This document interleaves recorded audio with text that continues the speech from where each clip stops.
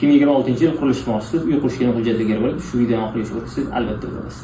Birinchi o'rinda bizga yer kadastr ko'chirmasi kerak bo'ladi. Kadastr ko'chirmadan keyin albatta bizga kadastr pasporti kerak bo'ladi.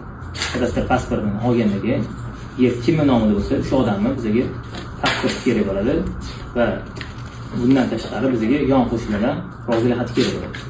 Va qo'shnilar roziligidan keyin albatta tabiiyki kerak bo'ladi. Bu tabiiyki yer tegna kommunikatsiya o'tganini tuman tekshirish uchun albatta kerak va bundan tashqari o'zingizdan yer tegna kommunikatsiya o'tganini bilib, yana qurilish qilishingiz mumkin bo'ladi.